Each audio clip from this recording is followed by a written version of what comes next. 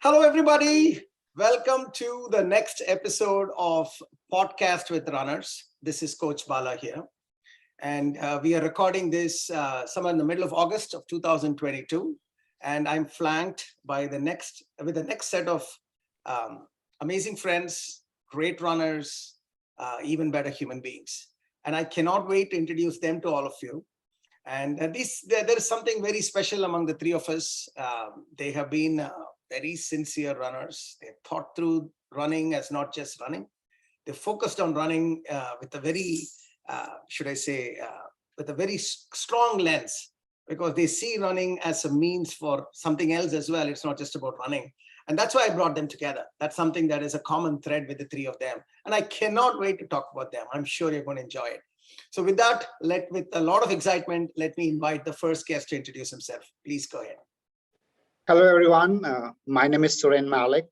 I'm based out of Dallas suburbs in a town called Frisco. I live here with my wife, Pammi, and my 7-year-old son, Apur. We all are part of the RSWB family community. I'm the longest serving member. I joined as an Ekalavya member in season 5, and then became a formal member in season 6. This is my third season, a formal season. I'm training for a half marathon. I came to US first in November 2006 with Infosys. I now work with KPMG. I build solutions for KPMG in their managed services practice. A little bit about my background in India. I was born and brought up in a town called Varanasi, also known as Kashi to some of the folks. I later went for engineering to a state college in a little town called Sultanpur. Right after college, I joined Infosys, and that took me to Bangalore and then eventually to US. I came to Chicago, as I earlier said, and then was there for around 4 years, and then went back, took a break for my MBA. I went to IIM Lucknow for my MBA, and then joined a global consulting firm and lived in Canada, Hong Kong, Singapore a little bit, and then moved back to US in 2015 to Dallas. In my family, I'm the eldest. I have 3 younger siblings. All are based in India. And now with RSWB, I'm trying to build my life back to build both professional and personal life back on track. And very happy to be part of this community. It's amazing, man. What a journey, huh? What a journey. Small city engineering to, big city, big MBA to 4 countries. Did you say you lived in 4 countries? I mean, it's always been fascinating, right? Our generation is like that, We have seen, I would say, the progress through our through our journey, whether it is earlier on with black and white TVs to color TVs to now whatever we are seeing, to phones that look like a brick that was only Amitabh Bachchan's of the world can have it, and not everybody, to now 6-year-old 7-year-old daughters can't do anything anything in life without a phone. We have seen this progression, and great to see that with you also, Suren. It's a beautiful story. We'll talk more about you, man. Let's invite the next guest. Please go ahead. Hi, runners. I'm Anand Dasgupta. I'm based out of Edison, New Jersey. This is my second season with RSWB. I'm running a half marathon this time. As far as my background in India goes, I am from Nagpur, Maharashtra. I guess everybody knows the place. I graduated with a degree in engineering from REC Nagpur in the year 1996. And then I actually went for a master's degree in IIT Kharagpur, and I graduated from there in 1998. I came to the United States in 1999 for a PhD, a doctoral thesis in a place called Rolla in Missouri. There was a university over there. It has been renamed now, but in those days, it was being called University of Missouri Rolla. So I came for a doctoral thesis over there, but in due course of time, realized it's not my cup of tea. So I actually graduated with a master's, a second master's in the year 2002. Now, while I was studying there, I met my lovely wife, Shilpa. So Shilpa has been Coach Shilpa. actually Coach Shilpa. Yeah, sorry, I'm going to get caned for that if I don't put Yes. in front of a name. Yeah, Coach Shilpa.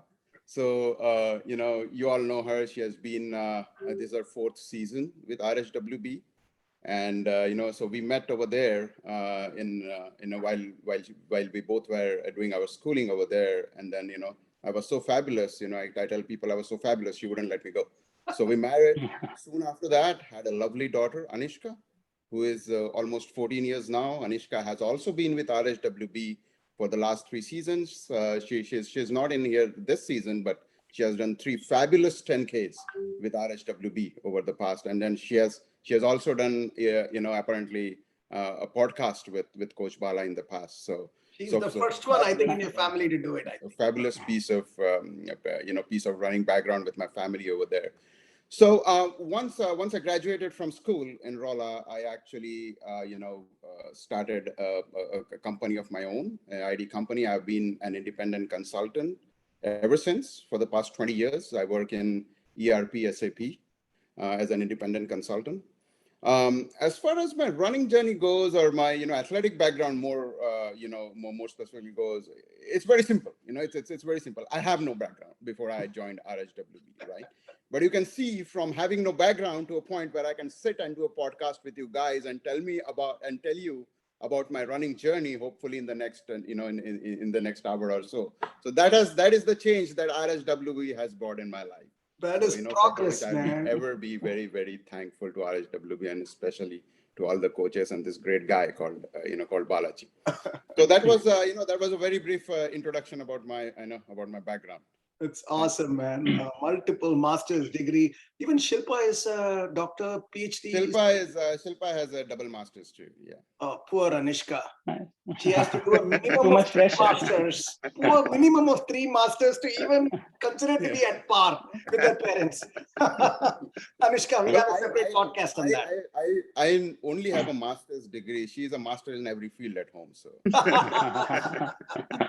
Anand is also known for his really good witty comments to all the MQCs, and I think he said it beautifully. For someone who has got no background in any form of athletics, like as he said, to such a short period, being a podcast guest, we don't call everyone to be a podcast guest, right? There is certain things that we check for, and that means that story is something we need to unravel and understand what has happened. So Anand, we are very proud of you, buddy. And Coach Shilpa definitely has inspired you. And I know for a fact that it was you who was behind Coach Shilpa, not the other way around. So this is just for a... I'm going to write that down. I'm going to write that down, and Bala, you got to sign it. So awesome, man. Welcome to the podcast. And let's invite the next guest. Go ahead, buddy. Hello, runners. My name is Dhiraj. I'm based out of South Plainfield, New Jersey. This is my second season with RHWB. I ran my first half marathon through the training program and that was my first season. I live with my wife, Smriti, and my 2.5-year-old toddler son, Shlok, here. Both of them not yet into running, but I'm sure that I'm slowly going to drag them one way or the other into the program. Considering how it has changed my life, I'm sure it's going to change their lives too. I'm just waiting for Shlok to be eligible enough so that he can get into the program. I was born in a small town called Solapur in Maharashtra. Most of the people might be knowing it as the town where it's famous for chadars and blankets. I was there up until about 3, moved to Mumbai due to family reasons, grew up in Mumbai where I did my engineering in computer science at Tharumul Shahani Engineering College. Decided to do my master's, came to the US in 2006, just like Suren, and I did my master's in Stony Brook University in computer science. So had been in and around New York for a very long time, worked with a couple of investments banks for 4 years. Then I decided that I wanted to do something different. So I moved to the sunny state of Florida in a very small company, considering like these companies are like 10,000 employees. I moved to a company of about 120 employees. by choice. It was a different experience. And I kind of loved my whole experience working for a company in a small place, a beautiful state. Though I never made the best use of the state, to should have started running earlier in my journey. But well, better late than never. Got married in 2014 and moved here back to New Jersey, as luck would have it. So back again in the Big Apple city, working for an investment bank again. It's a hedge fund actually, called as Millennium Partners. Been there for about 7 years. As far as my running journey goes, I have always been lean and athletic, and I would like to participate in a lot of sports in school. I got selected for the hockey team in school, which is not very common. I've always heard people getting selected for volleyball and other stuff. Like, I got selected for the hockey team. I tried for football as well, but for multiple reasons, and again, a lot of Dhiraj, we are talking about field hockey here, right? Field hockey. field hockey. Yes, I got selected for field hockey. Yes, that's right. Awesome. That's great, man. Great to know. Yeah, so started my field hockey journey, but couldn't continue for multiple financial and other reasons with the family. So I had to drop it, but was always interested to take up some sport. Came to the US. I think in the first few years, sports took a backseat. Then I got back into a little bit with tennis, did some cricket as well between 2016 to 2018, and then got to know about running, which probably was my hidden passion, I guess I should say, for a very long time, and got into RHWB. And I think this is probably the sport that I'm never going to leave in my life now. Amazing, man. First of all, Mumbai, where are you? Where did you live and grew up? So in Mumbai, I was in one of the suburbs on the Western Line called as Borivali. I'm sure a lot of runners, and I've already seen a lot of people from Mumbai on the podcast in RSWB. I'm sure somebody from Borivali would know, it would be hearing this and would ping me through for this. That's why I asked you, because Mumbai is the most represented in our group. Just so you know, that's the city with the, like roots wise I'm talking about. Right. The maximum number of runners are from Mumbai from a roots basis. So so it's Borivali, of course. Everybody knows Borivali. So amazing, man. Really nice. And then sports. That I remember in one of the podcasts, I think it was Captain Oni. He was also the same background as you. He was a captain of his hockey team. He went up to nationals, played with Jude Felix. And you should check out his podcast. He talked about his hockey passion, and same thing as you. Unfortunately, hockey doesn't have the same amount of support like cricket maybe in India. So he had to make a call like, okay, and then he kind of left out of this first passion, which was hockey, which is very interesting. That and then of course there are audience. If you look at the plethora here, right? You have two folks who've never done anything in athletics, and then you have one person who is really an athletic person. Okay, if not running, an athletic person, but all three are in the same plane right now. That just tells you something, right? There is no one way to get into this, but it is about what you do after getting into this is what makes a difference. And that's where life changes happen. And that's what we're going to talk about today. Awesome, guys. Gentlemen, welcome. Really good to know about who you are as a person. So let's get into the next one, which is this time let's start with Anand. How did you get into running /RHWB? What was that story? So that's a very interesting piece attached to it, and I would love to share it with you. Of course, because my wife, Coach Shilpa, she has been, across multiple seasons with RHWB. I kind of knew what RHWB is. I think she started in season 5 along with Anishka too. They both started. She joined for a half marathon, and then Anishka joined for a 10K. And by the way, these two folks were actually inspired by Coach Deepak, right? I mean, me and Coach Deepak go, years back. We have been together years and years along. So he actually, motivated, Coach Shilpa and Anishka to join, and I was still on the fringes at that time. So they both got into RHWB season 5, and then I was kind of like, watching them passively, driving them around to places where if they had to do a destination run somewhere. In New Jersey itself, I used to drive them, or when Shilpa was running, I kept company with Anishka and things like that, right? So I also started running a little bit here and there, nothing serious, nothing really where you can really call it as a running, but actually, at least I used to get out of home, when I used to take them out to places, I used to actually, put one foot in front of the other, try to do something, So in a way, running has started, even though, it was nowhere remotely, you can call it running, what I do today, right? the seismic shift, again, the seismic shift, and so this continued over 2 seasons, right? So season 5 and season 6, both, I used to just, passively follow them, learn all this, fabulous terms of running CP, Yep. interval, hill runs, I kind of learned what those were passively, right? But again, I still wasn't, anywhere close to actively running or anything like that. The decisive shift happened around October 10th of last year.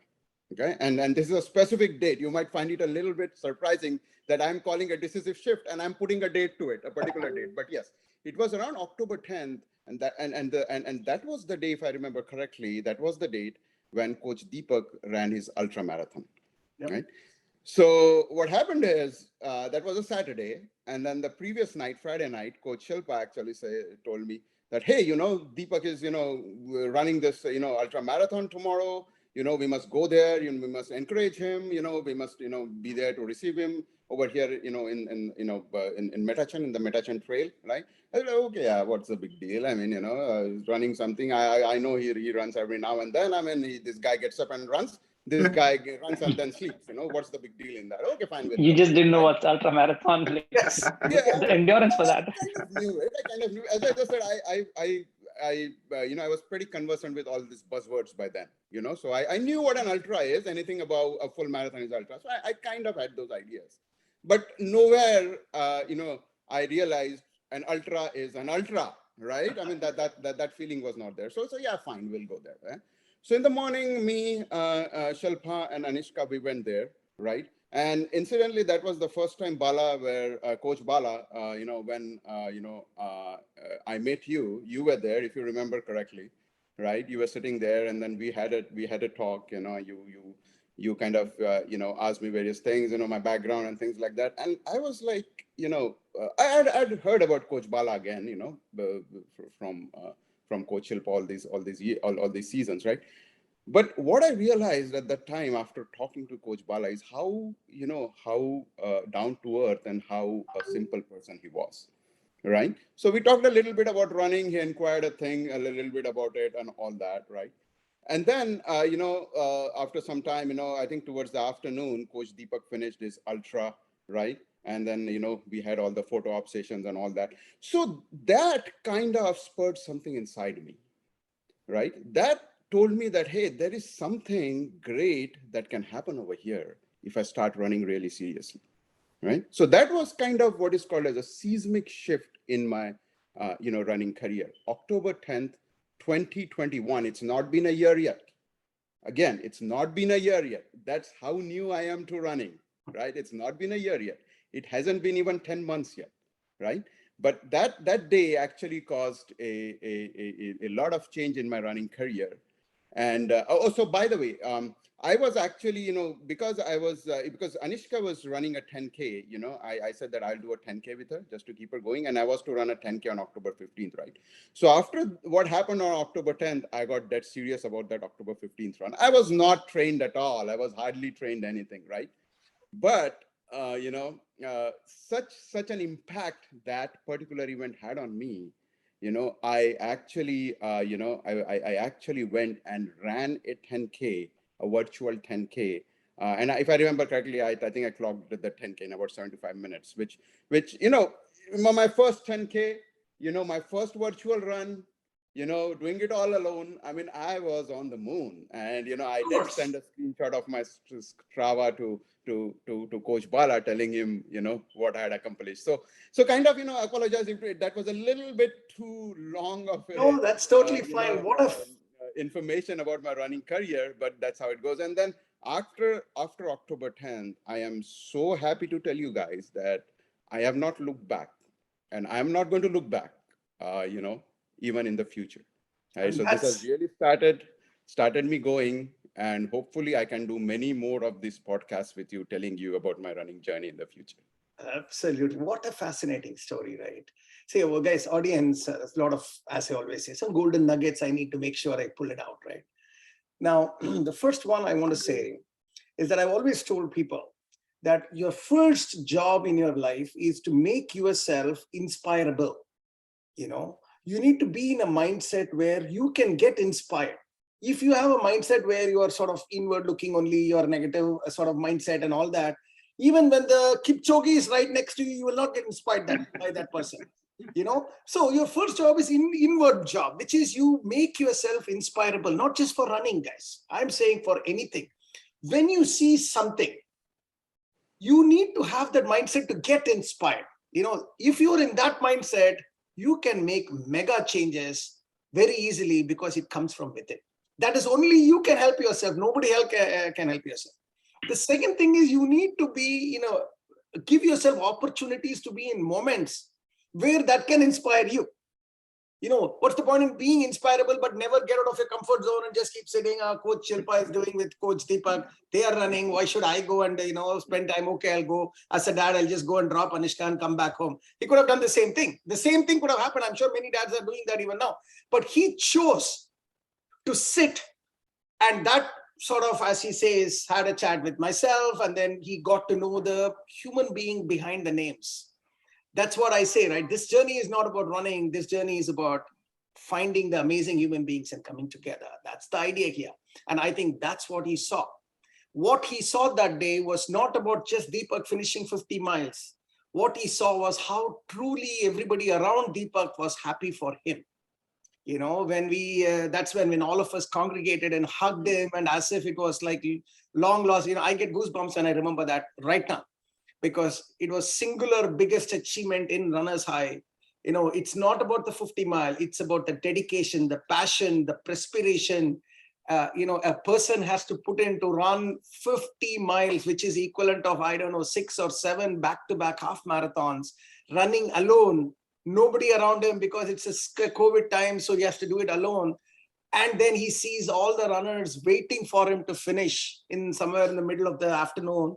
And then we all truly happy because as if we did it, right? That's what he saw. Nobody explained to him, but that's what he saw. And he realized, man, this is not running. This is not just running. This is a family of amazing human beings coming together on a cause that improves your health, improves so many other things. I'm putting words in your mouth, but I think that's what you're talking about, Anand. And that's what I want to tell everybody. Everyone who's listening to this, if you think this is about just finishing your whatever distance you have signed up for this season, you're mistaken. It is literally, you will reach a time where that is just a side show. The main show is something else. Main show is just how to enjoy life in a purest, beautiful form. So thanks for bringing that story up, Anand. It just definitely excited me. Dhiraj, what's your story, buddy? How did you get into running /RHWB? So for me, actually, I had a different person who kind of inspired me to this. So this goes back to 2016. I had one of my colleagues who joined my firm at the time, and he was a person who had already run four full marathons and a few half marathons. And he would keep talking about running and how half marathons are, like how full marathons, how much training it takes. And that kind of got me thinking, oh, this is something really cool. I should probably do this. And then that's when I decided that I will run a full marathon in my life. That is one of my dreams. I will definitely do this. How, I just didn't know, but I just marked down, this is in my bucket to-do list, that this is one thing that I'm going to do in my life.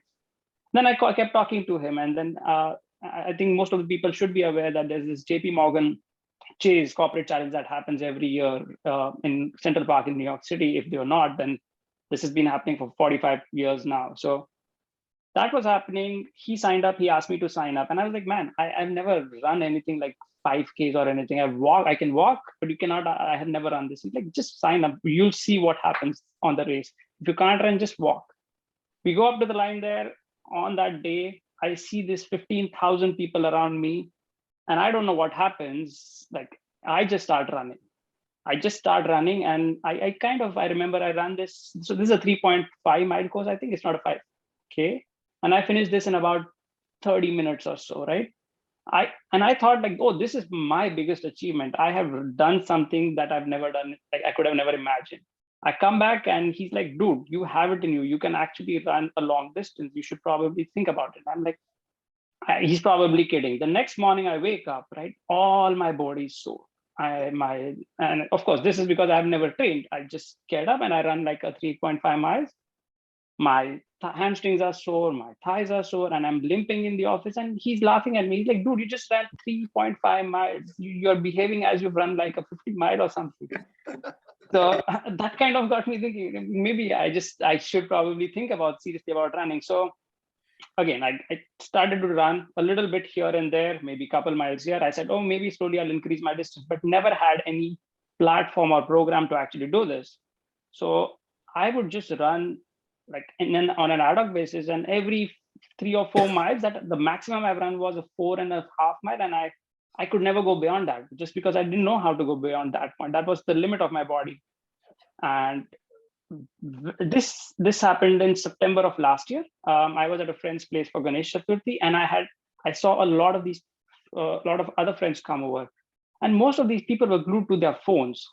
And I was like, guys, you're at a Ganesh Utsav party, right? What's happening? Why are you on their phones? And I'll mention the names now. These were all these people who were watching the interim State of the Union happening for season 6. And this was Sushil, Gyani, Anmol, their wives. So there's like 7 or 8 people who are just glued to their phone watching the interim State of the Union. I'm like, what's happening, guys?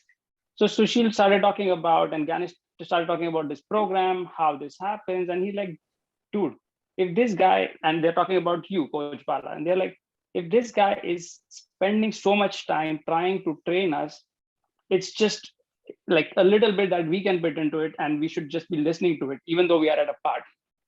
And that just got me picked. I'm like, oh, maybe this is the platform that I was looking for. And then I started talking to these guys about what this program is, how this works. And then he's like, you cannot participate in this one. This season is already on. If you want, we can suggest you for the next one. That's it. And that's when I told him, just let me know when the registration opens. I guess this is what I need, and this is how I'll probably achieve my dream of a full marathon. That's how I actually signed up for RSWP. As soon as the season 7 registration opened, I put my name in for that. Amazing. What a story, man. What a story, right? You will be a full marathon. I can guarantee you, Dhiraj. Okay, I mean, Thanks, Bala. Not later on in life or something. Next season. I'm talking about next season. Okay, 100%. I'll already sign behind you, whether you like it or not. You have everything that a marathoner would need. In fact, all 3 of you. Why only you? You have the strength of character. There's a difference between half marathon and full marathon. Is nothing to do with physical fitness. It's got everything to do with strength of character. How serious you are on this. Otherwise, you can wing a half marathon. You can't wing a full marathon, right? So. Right. Character is key. Mental strength is next. All 3 of you have got loads of that. And then on top of that, you have that goal and passion to do that. A lifetime bucket list to do that. I mean, it's a no-brainer. It's just a no-brainer. Right. I can't wait to train you next season. Okay.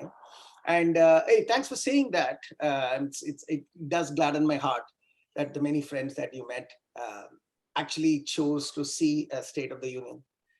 Interim, even though they were in some important Ganesh. I know for a Marathi, kind of background, Ganesh Chaturthi is one of the highest, one of the top, functions in the year. And a party, even within that, they chose to sort of spend some time. That gladdens my heart. Not just my heart, for all the coaches' heart, because we do spend a lot of time to put together that. And that's the only currency that we ask for, which is, show us the love. Kind of a thing. And so thanks for saying that. Thanks for that feedback. It does make a lot of thing for me. And then lastly, guys, for those of you who are new, we will be talking about it soon. Every season, we have 2 State of the Unions connect. There is an interim State of the Union and then a final State of the Union. Now, when it initially started, the interim, it's a tradition that we maintain. In the interim State of the Union, idea was when season 1, only kids were there. And our goal was always to show them something more than just running. So interim State of the Union was created so that the kids can come and do a business type of presentation to the parents about their journey.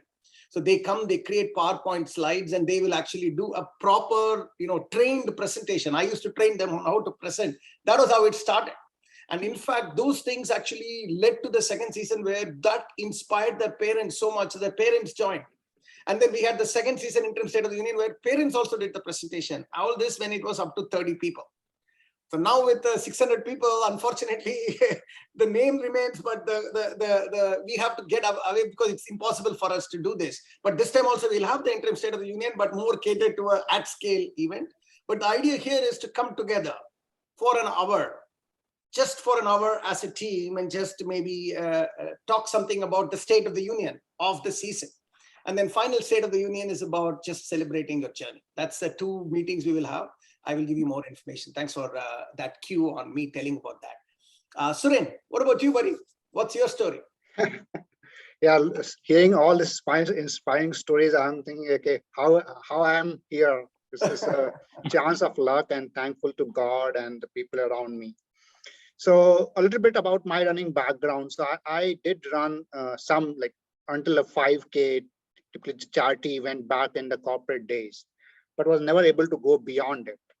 And when I started consulting with travel, I put on a lot of weight, and I'm probably 20 pounds heavier than what I'm looking now. And it was always a source of contention at home. My wife was like, we had to do something, and regular gym workout is always deprioritized. And it was COVID time, and I'm part of the IM community in Dallas. And there, a facing runners group coach or runner GV Ganesh, he put up a snap where his family ran a half marathon, and this was October 2020. I had just moved from Chicago back to Dallas, and I have never met GV in person. We were just part of a WhatsApp community. And I said, okay, maybe I should reach out to him to get some guidance on how to go back to my running, where was maximum was like maybe 7 kilometers in the past. And that's was like 10 years back from that date. So it took me 2 months from there on, right, until the new year came, when I was still in a new year resolution mindset, to reach GV Ganesh. I still remember it was like January 3rd or something. I texted GV that I'm introduced myself and said I'm interested, and he came back with the same thing, that the season started. But then he went the extra mile. He said that because I know you're part of this group, I'm going to take an initiative and going to train you on the side. So that's how I got part of the RA, and there was no website, no WhatsApp group common to get content on as well. But GV took on me. He put a spreadsheet on his Google Drive, and then I didn't have even Garmin watch. I had Samsung watch, and I used to send a snapshot from the Samsung to him every day. And we had a 15-minute conversation every Sunday. Given GV's schedule, I'm very, very thankful to him that he made that happen. And between January and April of 2021, I ran the 16-week training program, and the basic training program that is there, with strides and everything else. And in April 2021, I ran my first half, a virtual run per se. And then I said to GV, I ran, but I didn't get a medal. So then he said, like, yeah, you can maybe find a virtual run. And then I found another virtual run, a Brooklyn half, which was happening in May. And then GV said, I'll check with Coach Bala. And I didn't know, until this time, this is all happening, and I have never met these people in person. Maybe a couple of video calls with GV, and that's about it. And then I think Bala also confirmed that yes, 1 month is okay to me. And so I ran my second half just after a month of finishing my first half in May of 2021, and then formally joined season 6 in July of 2021. And last season, I came to New Jersey just to meet these phenomenal people. I'm proud to say I've at least met all of you in person. Yep. So, I remember you. Yeah, on the race course, we were cheering each other. I remember that. Yeah. So that was my running journey. And since then, I kind of influenced and dragged my wife and son also in this. So they ran their first 5K last season. And now, since this season, Coach Bala has this strict rule that repeat runners cannot do 5K. So they are into the 10K. Yeah. And the running joke in my family that usually it's wife who makes husband run. Here is the husband is making the wife run. You're a trendsetter, man. We are all proud of you. Thanks for keeping our side of the story flag high.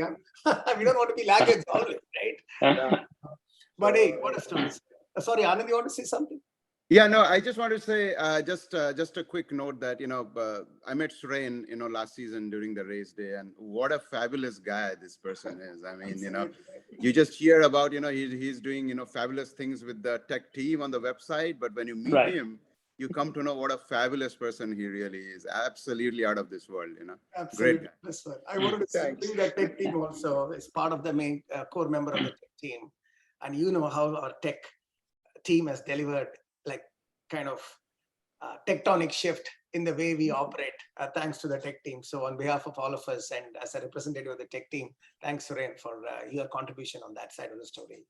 And also, right, it takes a special sort of love to make the trip from Texas to come and meet with us, knowing fully well that even though he knows all of us, he has never met any of us. Literally he hasn't met any of us.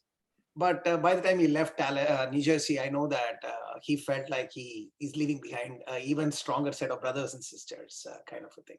It was great to have you, buddy. And we, for all you runners, now it is again another tradition that we actually do host a race day.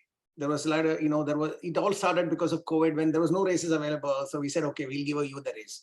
But I think we have moved from there to whether it's available or not, we'll have a New Jersey, event.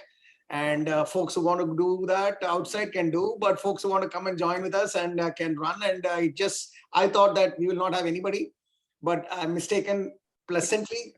People still want to come, and because it's a different thing, right? Running with your own family, with our own volunteers doing. And this time we are also trying, thanks to our man, Arvind, this time we are trying to make it an official race. How about that? Where we go and make it official. So it's not like just it'll be an official race. That's what we're trying this time. Let's see. Let's hope every day, every year, every season, we want to do something better. So official race means you have to go get an official distance marker or whatever, that guy to come and actually measure the distance. Now I'm having in my head, why don't I make one of our runners to do that and make the official running distance marker? Why should we need to pay somebody else? There must be some course, that needs to be go and some certification has to happen. Let's say, Anand, you go and do that certification for us and you become the official distance marker for us. You don't need somebody else. All of this in my head, but the beauty is it's only in my head. Arvind goes and executes it before I could just think about it. That's the powerful team we have. Thanks to everybody. Let's hope for that, which becomes an official race really.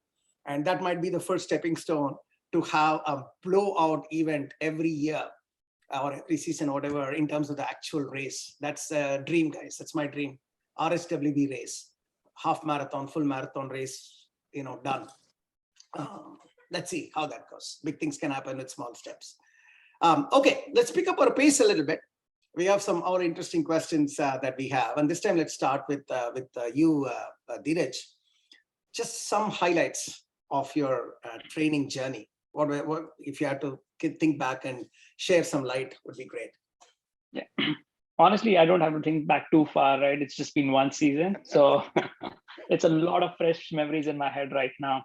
But I think I started my season kind of with an injury. And I should not say that like it was a real injury, but what happened was whatever I've been running was with these random shoes, right? You just see these nice pair of shoes, which of course you and all the coaches I mentioned, that's never the criteria. You should go to an official store and do that. I did that after I got to know exactly from what I was doing wrong. Went to an official store, got my feet measured at the Roadrunner store, got a new set of shoes, started running. First week into it, or I think second week into the running, I had groin pain, like terrible groin pain on the left side. And honestly, like it was okay. And during the running, right after running, the pain would start to come up, right? And I said, you know what, maybe this is okay for a day or so. Then I noticed it's been just going on. So that the first 2-3 weeks itself, and I was like, man, did I do the right thing? I don't think my body is cut out for these kind of things. I'm already starting to feel pains and other stuff. So I reached out to the coach, and then he tried to guide me with some of the things. And my coach is Coach Sridhar, and he's my coach this season as well. And we tried a few things, didn't work out. He asked me to reach out to the bigger community, which is this amazing community on the WhatsApp group, right? And I got people who reached out to me with the same kind of injury that they had without even like knowing me. So I put out this message, and I had Coach Deepak who reached out to me. I had a senior runner, Shankar, who reached out to me and they said like they had the same pains. I should focus on these things. I should focus on like increasing the strength training for my hip and other stuff, like for the inner thighs.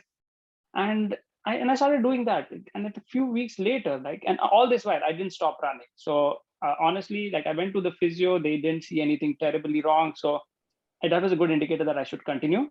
I continued. I remember coaches mentioning me, slow down your pace, just don't overdo things. And I think those are the kind of things that helped me. It was also my low point that I couldn't do things in a way that I had hoped for. But then slowly, I think 6 weeks into it, after the second meso, things got better. I started getting better. I didn't have any pains. That's when I started planning my runs. And I think that was the one thing when you start getting too much into this, right? And I think I realized this has become my passion. So I would like to explore different areas of the town. So during my training program, like if it was a 6-mile run or 7-mile run, the night before, I would sit on Google Maps, start doing this walking thing to see how much distance it is. If it is a 6-mile, which road should I take? Which other road should I take? And basically, I started to see different parts of different towns. And I think at the end of it, right, I just realized that it's not just the running, but you're just exploring different things. You're getting to see so many new things. And the best part was this whole training, it's my me time. When I step out, it's just me thinking what I want to think about, any problems that I want to solve, anything, just looking at the buildings, the nature, the houses, so many things that I got through this training program. And it was not just the running. So running, I think, comes through it, but then you start to know so many things about yourself that you probably couldn't even imagine. Wow. What a beautiful like means to an end. There's so many things you packed into it that I can't even begin to take things out. Just two things I want to say though, guys, better late than never. If you're that category, especially I'm looking at you new runners. If you chose to ignore all our sort of thoughts about shoes and went with the most beautiful looking or the cheapest good thing you had, that's fine. It's fine. Better late than never. Shut it down right now. Go to a Roadrunner running store, measure your gait, measure your running thing, and buy a running shoe. If there is one thing I want you to take away from this podcast is that either that or get injured and then do that. It's just two choices. You have to do that finally. If you are going to be in running, you have to do that finally. It is just a question of which path you want to take, painful path or wisdom path, where wisdom from us who made the same mistake. By the way, we have discount codes given to all of you. Not just at the New Jersey road running store, you don't even need a code. You just say RSWB, they'll give you a 10% discount automatically. But it's also nationally now they've given us a discount code where you can just go to a favorite running store of your community, even if road runners are not there. Get your shoes fitted, stability, S7, they have a specific nomenclature. Know that, and then go to roadrunnerstore.com and order the same thing. And then get that extra discount by using that code. I shared that code. I'm happy to share it again with you guys. So, do that. Some discounts are available, so don't miss out. Running shoes are amazing. Go back to the orientation video I sent out to you. It is there in the discussion forums, the link. Check it out. Maybe first time you had to do it because you just had to do it because otherwise it will not allow you for admissions. Okay, I know some of you are like that. But now that you're 5 weeks in, go and check it out. Hopefully it'll give you a better meaning of why you need to get those shoes. So beautiful words, exploring running as a means to a larger end, me time. Wow, many, many things. Thanks, Dhiraj, for that. What about you, Suren? Some highlights. Yeah, so the highlight for me was at least believing in this method. Because I didn't have a background of what it could do. The potentials were like, I have read about a lot of that, but getting a goal in mind, doing something at par 16 weeks was unbelievable. I remember telling Coach GV, no, I know he's not a coach, but for me, he's a coach in my first season or a Clover season. But I'm only running like 3 miles, maybe 4 miles, right? How am I ever gonna do 13 miles? And he said, don't question about it, just do what is said. And I know a lot of listeners would have the same thing in mind. It's a 5th week and the distance is not still the half of what you're going to run, but believe in the process. The second thing I'm going to highlight on top of what Dhiraj said, that gives you a very good time to reflect upon you. I would highly recommend to use that time for things that works for you. you want to listen about podcasts, use that. If you want to think about something, a problem, I know Coach Bala has talked about problem solving, those running time, do that. Or maybe just unplug. In the current time of having so many screens and distracted environment all the time, that hour is the only one that I get with a 7-year-old son and all family commitment and a demanding work schedule. I could not have been able to get the time ever.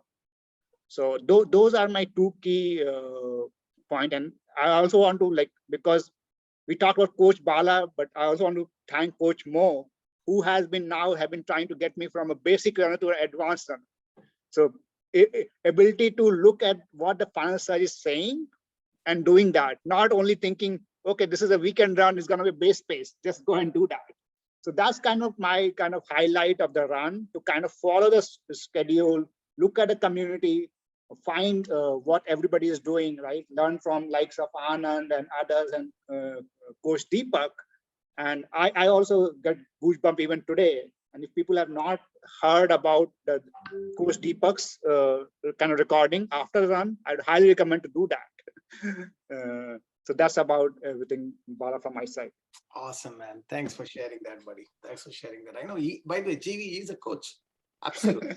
The only reason he's not an official coach yet is because, as you said, he has got a lot of things going on in his life. Yeah. And I've been, every season I call him, want to come here, Bala, give me a few more months like that. Otherwise, it's just a matter of time. He has to come. GV, if you're hearing this, you can run, but you can't hide, buddy.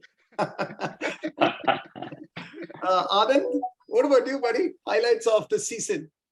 Training time. My highlights, for the last training season, just a couple of things, very simple. I was dead serious about the program over the whole 16 weeks, and I planned everything to the very minute detail, right?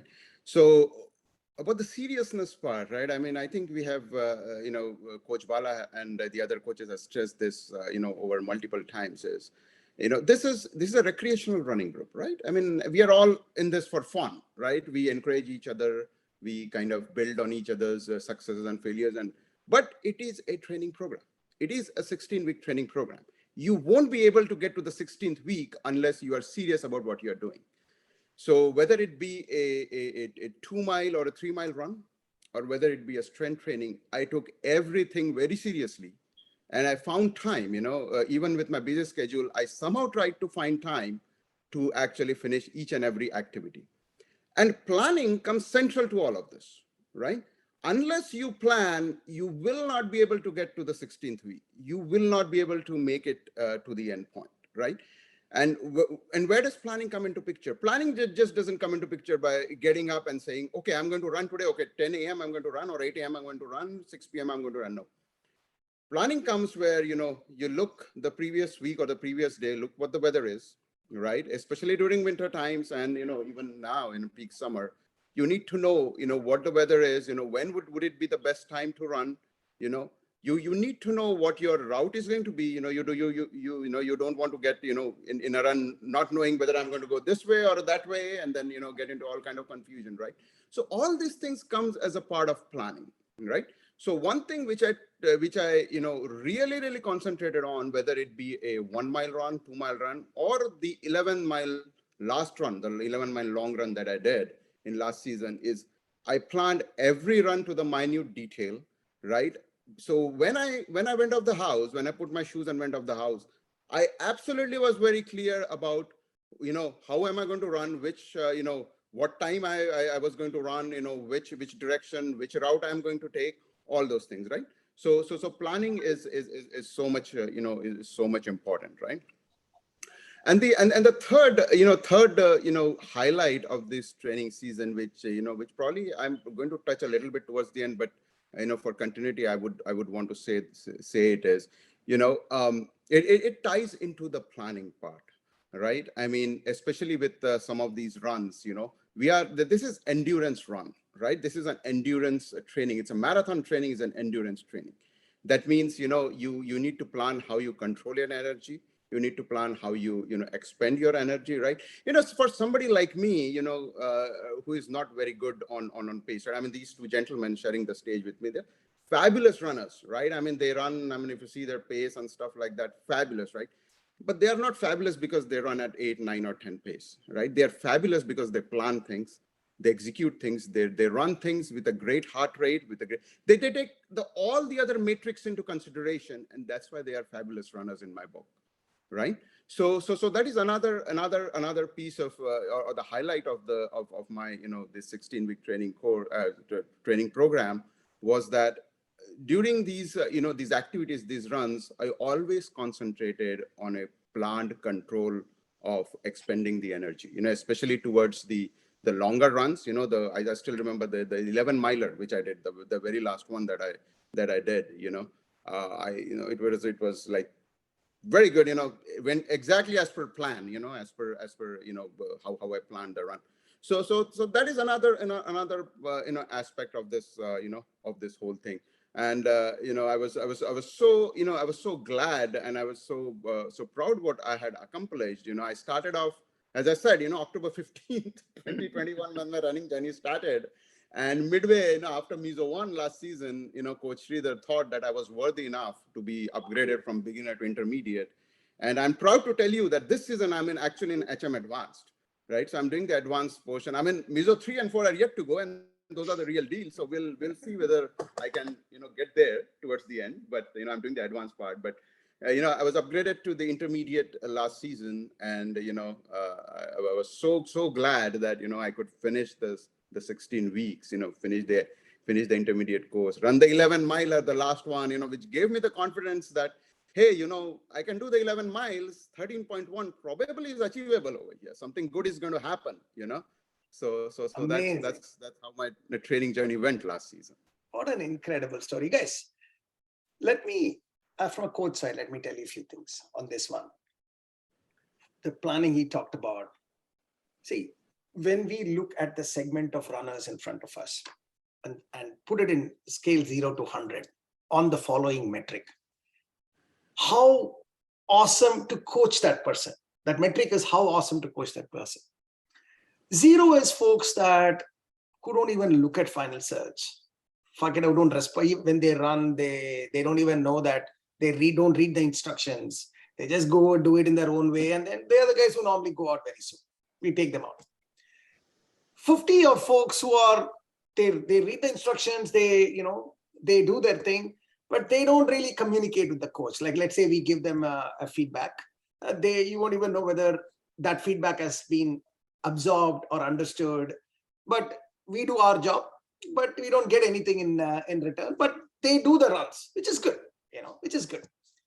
80 are folks who communicate also, and they do their, sort of best to do that. That's amazing. But that 95 to 100, which is where Anand resides, they are the folks where they are the coach's delight. And all three, in fact, are in that category, another common thread in this thing. The coach's delight are folks who take this seriously as what the coach is taking it. You can feel it. You know that these guys want to learn. They want to just improve on it, but they want to become better human beings. They want to help others. They want to do things, but they also want to give their part. The number of messages Anand has sent me in the last 6 months, it's a pleasure. And every time he will send it in such a way that he knows that I'm busy. So he will not say frivolous, things. He will just say, Coach Sridhar is not here. Can I do this? And the way he's asking that for a new runner to ask those questions, the minutiae of what he's thinking and asking, it's a pleasure to interact with that person. Right? And I know Sridhar talks about Dhiraj to the highest level in similar things. He does the same thing. He's a 95 to 100 category where they know they are amateurs, but they have a path in mind and they plan their work and work their plan. That's a coach's delight. Sorry, Anand.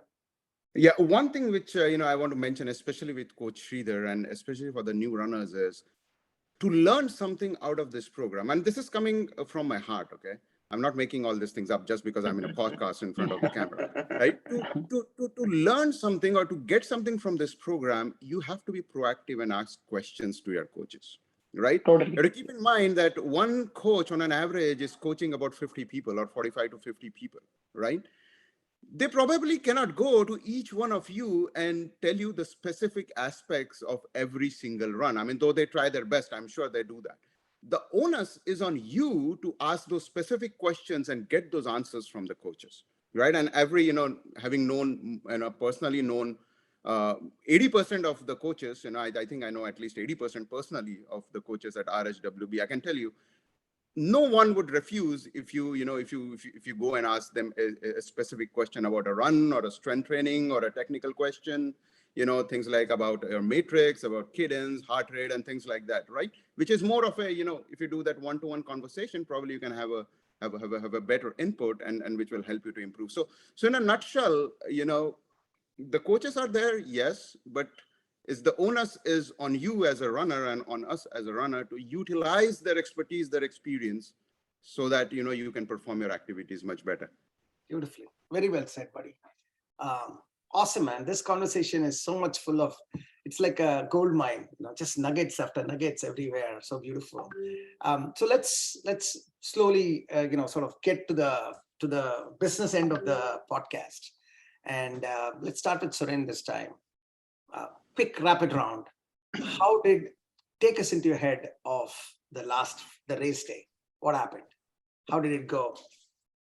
So I'll talk about a live race that I ran, the Dallas Half. It was the 50th anniversary of Dallas Half in last year, December. I got a privilege and opportunity to start that with GV and some of the fellow Dallas runners together. It was a unusually cold morning in Dallas. And it was like around 30 degrees Fahrenheit. It was supposed to be, and it's in downtown. We live in suburbs, so we need to meet first of all together, and then go drive together, park at a place, and then go. And it was first live run, so it was always going in my head whether I'm going to go do it or not. I mean, look at the race track and everything, the part of planning, but you don't know the inevitable. So I was a little bit hesitant on whether I should focus on my pace or just do along with it or not. But all the videos and everything, the resources that were planned, put by the community earlier on what to have, worked all in our favor. And also having last minute conversation with GV and other fellow runners on the community, just bringing them aside and what it does, because a live race is very different from a virtual race. This has its pros and cons. On the pro side, you get a lot of energy and support to do that. On the con side, you may very well get that energy in the first half of the run, and kind of that may work against you in the whole journey. So that was like we didn't run together because each me, Ajay, the other runner from Dallas, and GV were running at different pace, but we all found our cadence of kind of what our pace was, and able to do that run. Those starts a bit cold, right? How much wear you have to have, because in these live races, you cannot just throw off your jacket anywhere.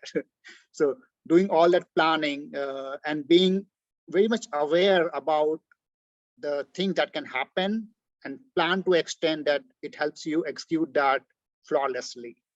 So that's the race I'm going to talk about. And definitely after that, the live race at Edison last season was another great live race with a lot of known runners. So yeah, very happy that able to do 2 live races and looking forward to another ones in near future. Awesome, dude. So you've done about 4 half marathon. What's your PR? So my PR is under 210. 211 to be precise. That was what I was hoping for in the last in the one that I did in Edison. But the track was different. The track was different. So I just got a little shy of under 10 per mile. 211, exactly. Under 10 minute split for someone who was 20 pounds overweight just about 2 years ago, who never was an athlete, who got in because of some other roundabout way of getting in. And then now he has inspired his entire family. And so that is, if you look at your life graph, that's the inflection point, my dear. Congratulations. Very proud of what you did. 211 is, crazy number. So I know that you got a lot more in store as you go through. Not that speed matters. it's not about speed, it's so many other things. In fact, in the race itself doesn't matter. It's the journey to the start line that matters. We always discuss that. But still, it's a very commendable performance. Congratulations. Dhiraj? So mine is kind of a funny story. And this is just a build up to the race, right? It was going to be my first half marathon. I had not signed up for any live race. I was going to run the RSWB race. And just a week before, I think a couple of weeks before, I also decided to join the volunteer group as well. So I kind of reached out to you, Bala. I remember that. And I said, you know what, I could probably help out in certain things. Let me just do if any help is needed on the race day. So I got selected to actually set the race course track the day before the race. Now, 5 days before the race, my son falls sick. He goes to the daycare, inevitable, he falls sick. He passes it on to me. Now, 2 days before the race, I'm actually having sore throat. I'm having cold. I'm having a little bit of feverishness. And this is just like on Thursday, the day like 2 days before the race. I started popping Tylenol through the day, right? So I remember like I took the 3-time course. Friday morning, Friday afternoon, I was going to be with you and GV, who I met for the first time, to set up the race course.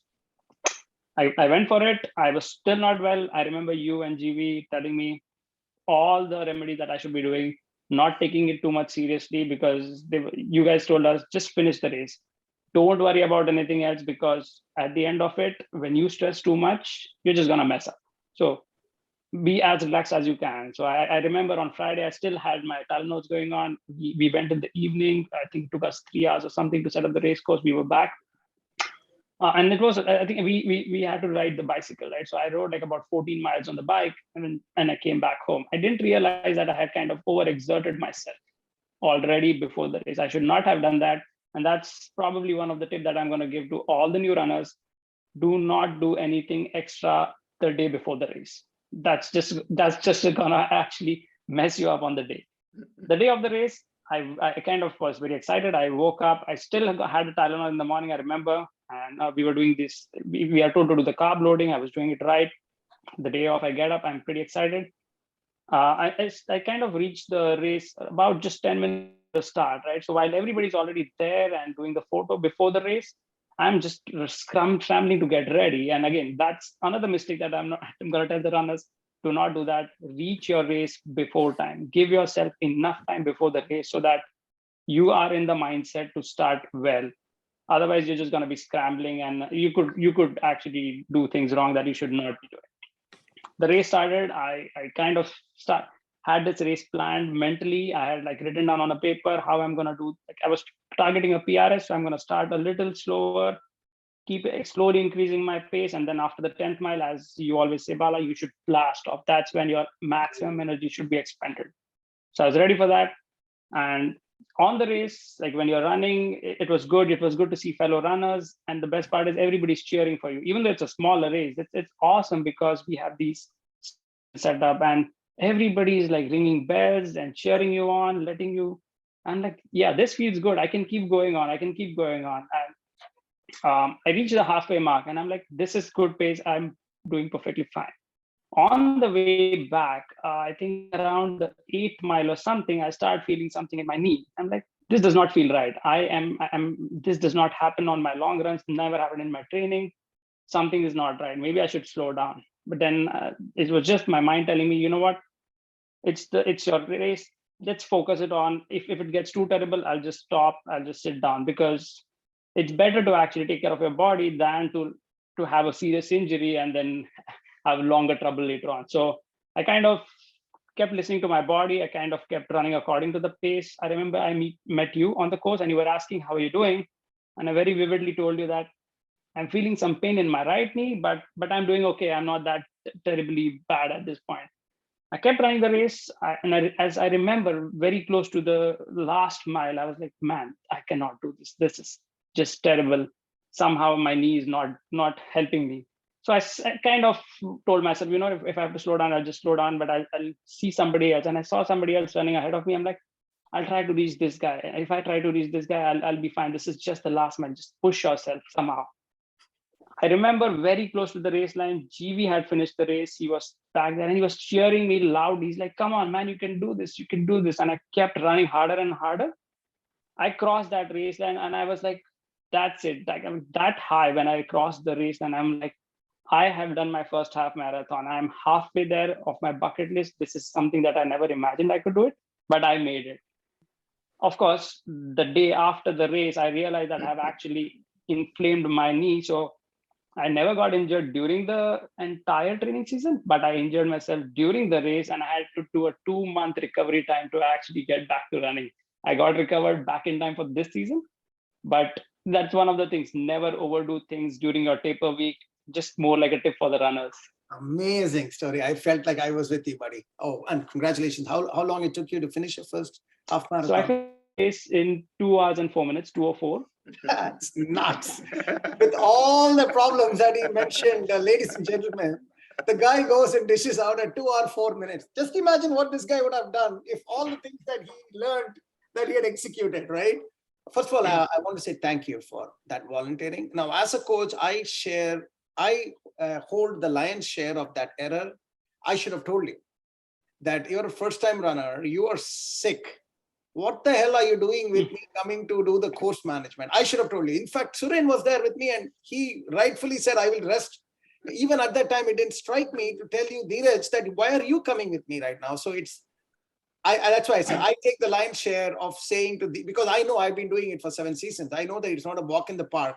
Course management of 14, it's a lot of work and I have a lot of volunteers. So apologies for that from my side. Not at all. I think it was a learning experience. So that's exactly now I can actually dish out this knowledge to the new runners, what they should not be doing. It's always something that you would remember. And it happened in my first race. So it's going to be a forever memory for me. Exactly. Not bad at all. But it's an important lesson to people. Don't underestimate a race day. Okay. Just because you've trained for 16 weeks, there is a reason why only 1% do this half marathon. In human, that if it was so easy, just because you train for 16 weeks and you go and get it done, everybody would have done it. No, even though in RSW universe it appears like everybody is doing this half marathon has got a devaluation a little bit here, right? But half marathon is a big deal, and I'm glad that you learned it and I'm glad you brought that out. But a 2 or 4 minute with all of this together, holy smokes, you're a different category altogether, my friend.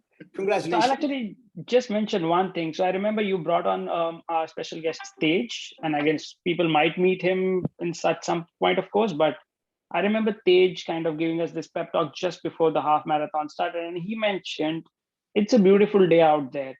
It could get a little uncomfortable. It's fine. It's your race day. Push yourself to a little uncomfortable to find that comfort later on. Exactly. I remember those words. Yeah. Absolutely. And he's Ironman Marathon. He's always a default chief guest in our event. So thank you, buddy. Thanks for Dhiraj for sharing. Anand. Yeah. So for me, the race day, kind of the extension of the training itself, and it actually ties to that MQC that Coach Bala you sent last week. I think that the EKG kind of a thing, the up and down kind of thing, and then the steady thing, right? So while these two fabulous gentlemen, great runners, probably represent the top of that EKG, right, on the race day. Unfortunately for me, it was the bottom part of the EKG, right? So the build-up of the so how why do I say that? How does that go, right? So the build-up to the race was pretty exciting, right? As I said, I completed the 11 miles, absolutely no issues with any of the runs over 16 weeks, everything as per planning, every mile well planned, well executed, at least that's what I thought, right? So I was feeling pretty confident, I kind of met with Coach Sridhar a couple of days before the race and just went through that, hey, this is the kind of pace that I'm planning every single mile, right? So I always believe in control flow of energy. That means by default, I run a PRS, try to run it in every mile, in every run rather, right? So I kind of going to run very slow initially, keep the energy, right? And then towards the end, after the 8th mile, accelerate and then, finish as fast as possible in the 13th mile. Right? So I kind of had that plan with me, kind of met with Coach Sridhar, and also Coach Deepak, went about it and everything fine, they blessed it, everything was fine, right? So I was feeling pretty confident, right? We went to the race, right? So the first learning thing, and especially an advice to the new runners, if you are putting on gears, my experience is make sure you put on your gears and then drive, rather than driving to the race venue and then, remembering to put on your gear. Because what happened with me is my head bandana, right? I need that because I sweat too much. And then if I don't have that, all the sweat comes down on your eyes, right? So I took that with me, right, in the car, right? And I just kept it saying that, okay, I'm going there. When I reach there, I'll put it on, right? So I went there, and then I met, Suren over there, right? And he started talking to me, telling all the fabulous stories about, about what he was doing in Dallas and things like that, right? And then I went to the start line, right? Almost 5 minutes before, I went to the start line, and suddenly somebody pointed out, that I was missing my, the headgear, the head bandana, right? And I just cannot imagine running without that, right? Because, it's like all the sweat pouring. So I kind of, in that 5 minutes, I ran all the way to the car, about a quarter mile, right? And came back with it. And I was huffing and puffing and all that thing, right? So this is all before the start of the race. So a quick learning over there, as far as possible, right? I mean, every time it might not be possible with everything, but as far as possible, try to put in all your running gears and then start driving, and make sure that you have it on it before you actually reach the race venue, right? Because there's a very good chance that in the excitement of meeting people, talking, you will forget those very important gears. Probably headband or the head bandana is not so important for other people as it is for me. But but God forbid, some of the other running gears, which probably is more important, forget that would be a problem, right? So anyway, so I was huffing and puffing already before the start of the race. So that was the first the first thing that actually did not go right on the race day, right? But the race started, right? Race started, the first mile, very good, right? Nothing specific, nothing spectacular, going as per plan. Second mile going as per plan, third mile, fourth, fifth, right? In fact, I remember, when I think it was the fifth or the sixth mile, I was doing a half marathon, right? So the fifth or the sixth mile, I think a runner came to me and he was saying that, hey man, I really like the pace you're running at. I mean, you're doing a great job. So thanks. Okay. So things were going as per plan, right? But after the seventh mile, I think somewhere between the seventh and eighth mile, things started going a little bit off track, right? As I said, I kind of had a broad-based plan of what I have to hit in each mile, and I hit them within 2% up to the seventh mile. But from the eighth mile is when I started missing those targets, right? And I knew this run is going south, so I need to do something, right? Second learning point over there, second learning example over there, I did not have, unfortunately, a good backup plan, right? So all these 16 weeks had been so good, it's like walking on ice, walking on water, everything going as per plan, that Anand Dasgupta did not have a backup plan when things were not going right.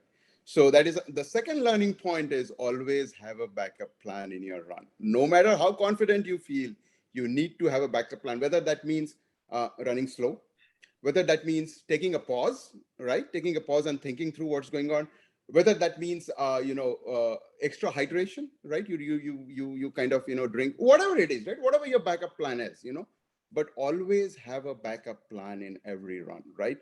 Because you might have 100 runs going as per plan, but the very day it matters, it might come back to haunt you if you don't have a backup plan, right? So something like that happened to me. And then, after the eighth mile, I started feeling so tired. I mean, the sun was not that bad, if I remember correctly. It was okay, but I was just feeling so so fatigued and so completely drenched in sweat, and things just started spiraling out of control, if I can say that. And I think towards the 9th or the 10th mile, I saw Coach Bala coming with the Destiny, and he was like, Anand, just 4 more miles to go. You are there. I was like, man, 4 more miles to go. I mean, so so that's the state I was in. And build up to the race, every race where I had done mostly PRS on all of my long runs, unfortunately, the last day when it mattered most, I couldn't get that done. And my target, again, I did not have a very aggressive target to begin with. but I was planning somewhere between, because it was the first time, right? I was planning somewhere between 2:43 to 2:45, right? That was my goal. I overshot that by almost 7 minutes. So I finished at 2:52, right? So while nevertheless, I was very happy that I had run my first marathon, first half marathon, right? But again, at the back of my head, it was like constantly bugging me that, I had done so well in the training. I did so well in all of these runs, but the day when it mattered, things just went south for me, right? And, and Coach Bala, if you remember, when you were handing out the medals, you asked me, and Coach Bala does this, he will hand you the medals, and then he will slowly ask you, hey, how did it go, man? What are the metrics today, right? So he asked me, and I said, Coach Bala, unfortunately, I couldn't do it, right? And I was so depressed and so dejected, right? But what Coach Bala said to me is exactly what he just said, right? Is that, showing up to the starting line is more than 80% of the battle won, right? So anyway, so that's basically what the training experience was, or the race day experience was, right? Incidentally, I had also signed up to run a virtual race, the Brooklyn Marathon, virtually in 4 weeks from then, right? So I discussed this with Coach Bala, right? In the evening, I was also a part of the volunteer party. So there was an actual party that happened that evening for the volunteers. So, Coach Bala came to me, and that we had a little bit more discussion about, this run happening and what really happened. And, he saw that I was very depressed and dejected. And then, he gave some nice, words of wisdom to me and things like that. And then I just mentioned to him that, hey, I'm planning to run this, virtually in 4 weeks. I know this race has gone south, but I still believe I have it in me because I have finished this 16 weeks of training. What do I need to do to run this, half marathon in 4 weeks from now, right? So he gave me some of the technical pointers, right? So what I did is I went ahead, repeated meso 4, right? So 1 week of, 1 week of rest, right? Because after the marathon, you got to rest, right? So 1 week of rest. And then in the next 3 weeks, I repeated meso 4 of HM intermediate again, right? And then I ran the, the Brooklyn half virtually, of course, but I ran it on May 20th of 2022. And I had a very, after what happened in in the RSWB race, I had a very lenient target, right? I said, I want to hit about, as long as I do it below 250, I will be very happy, right? But I'm glad to tell you that, I actually hit 241 on that one. So all the training that I had done for 16 weeks, and all this, the repetition of meso 4 finally paid off, right? And I had, so what I'm trying to highlight also, it's a long, thing that I described now, right? But what I'm trying to highlight, a single point that I'm trying to highlight mainly over here is coming back to that MQC, right? There will be highs, there will be lows, right? You just pray that low isn't the low on the race day, right? But it can happen. The law of averages can catch up with you, right? But what you have to do is just realize that, there are highs and there are lows in the running career. The race day is not the last race of your running career. There will be many more races in the future. And I learned that, though, when I finished the RSWB race, that's what I thought, that, man, this was the only race I would run in my career. I have ruined it. My running career is over. What the hell am I doing here, right? But then on May 20th, when I ran the virtual Brooklyn half, I felt so nice, and I was really high at that point of time. And the first thing I did was, I actually sent a screenshot of my Strava matrix to Coach Bala, saying that, because he was the one who stood with me when things did not go pretty much as I wanted during the RSWB race. And then this is here where I contribute, or I owe to all these weeks of training at RSWB that could make it possible for me to do this, finally this half marathon, in the exact way I want. So again, a long talk over here, but I hope I have given you a couple of pointers to what you need to follow, and then the larger message that there will be highs and lows in your running career. You just have to be on top of it. What an incredible story. What an incredible story. I know I have so much to talk about many of those things. I know we're running out of time, unfortunately, but I just want to say only one thing, that for a person who literally started October 15th for the first time of thinking about running, which is just 5 months ago on the day, running a 250 was considered a failure for him of a half marathon. That is how much Anand has come, right? A person who just couldn't do, you remember his earlier answers to the questions? That was not 10 years ago. That was just 4 months before that day when he thought it was a failed event because he only did a 250 half marathon. Only. That just tells you guys, I just wanted to point that out. Everything else he explained so beautifully. I just wanted to point that out. The power of mental benchmarking, right? That is what he has convinced himself that he can do because of his beautiful approach to training. That's one point I want you to know. That's why we as a community are not only racing, but we're racing others, right? That's the idea behind this entire thing. The second thing is, shit happens. You know, in life, things happen. You cannot plan for it, right? You just cannot plan for it. Dhiraj, another example of, you know, that happens, right? He gave another example of that happens. You know, sometimes it's your own mistake. Sometimes it's just forgot about something like the bandana stuff that just caused a little bit of a ruffle. But you cannot plan for everything. And especially it's a big event, right? And you just have that one shot, that big event. So all 99 factors have to come together for that big event to be successful. And sometimes 10 factors you forgot about it, you didn't control all that. But what you can control is keep the larger vision in mind. The larger vision is you came to the start line fully prepared. That you can control, and you controlled it. What happens between the start line and the finish line is that day. You know, some days it'll be amazing, and then 3 days later, you can't even do 2 miles. You know, those days, the other way around also happens. So, and that's why we are just amateur runners. We are not, it's not like an Olympic gold medal he lost that day. Right? He just did that, and next race, he went and crushed it. And there's going to be another 15 races like that. You know, so keep that perspective in mind, folks. And it has happened to me thousands of times, thousands of times. I mean, I had an incident where I had a cardiac issue. This is in the middle of a full marathon, where I went directly to the hospital. I mean, think about that. And the next 9 months, I'm out of the equation. I'm worried about whether I can run even half of what I could do before. So all of this happens. That is life. That's the MQC that you're talking about. And that's what we'll talk about it. Guys, you three have weaved in a lot of amazing, insights to the new runners as well in the story. But this is like literally a tweet length answer, just so that we are, on time. Just one tweet length words of wisdom to the new runners based on our experience. Let's go. Suren. I'll just say deliberate practice. I'm borrowing it from a book called Grit. I kind of posted on a group as well. Deliberate practice and resilience. These two words, keep that in mind. As long as you are following that, both these things, you're going to succeed. Going to run a half or not, that's not the measurement of success.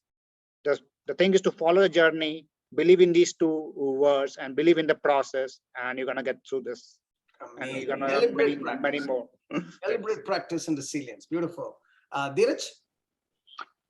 So I'm just going to give 2 bullet points here. One, utilize the community. We have an amazing community of runners, as Bala mentions, not just runners, amazing human beings. Utilize the community to the full, right? We have resources for everything. We have these podcasts happening. We have websites. We have the WhatsApp group. Just utilize. You'll get a ton of information, and anything that you need, people will be out there for you. And the second thing that was already highlighted was talk to your coaches. Any issue, whether be it an injury, whether be it the pace, as Anand talked about, whether be it your goals, talk to your coaches. Each and every one of them is out there to help you. Just do that. You'll do amazing. Awesome, Dhiraj. Anand? Yeah, I would say, planning, very, very important, and be serious. But again, just being serious unless you plan will not take you anywhere. So if there is one single, buzzword that I would tell runners, whether you're doing and this applies whether you're doing a 5K or whether you're doing a full marathon, right? planning, proper planning of your runs, of your activities. If you plan well in advance, I'm pretty sure, a lot of great things you can achieve. Beautiful. Plan your work and work your plan. Yes. Beautiful. Guys, 1+, maybe we did a little more than an hour, but it just flew by with just treasures of wisdom. And congratulations, guys, the three of you, for the journey. And I know that in the way you approach this is not just a one-season event you're looking at. This is not a check the box activity you just did. This is a life-changing course, is how you take in. That's another beautiful common thread for the three of you. I am so glad I know you guys. I can lean on you guys when I need something. There are some folks that I just would love to just say, Anand, just do this for me, without even giving any explanation. I know he will do it, irrespective of whether it makes sense to Anand or not. Same thing I can say for Dhiraj, same thing, I can say for Suren. And I'm blessed to have that type of, our volunteer group. You remember, this organization is a volunteer-led organization. Every member is like that, and I can see you guys, you already volunteered. I can see you guys playing a bigger and bigger role in our RHWB community, because that's how you approach this. So thank you for that. And thank you for being amazingly coachable runners. You give huge return on effort, ROI for us as coaches. And you inspire a lot of people as a result. And I see all of you as full marathoners shortly. In Dhiraj and Anand, Dhiraj's case specifically, very shortly, I think. But guys, you've been nothing but a pleasure. Thank you guys for your time today. Thank you. Okay, yeah. Thanks, Bala. Thank you. Thank you.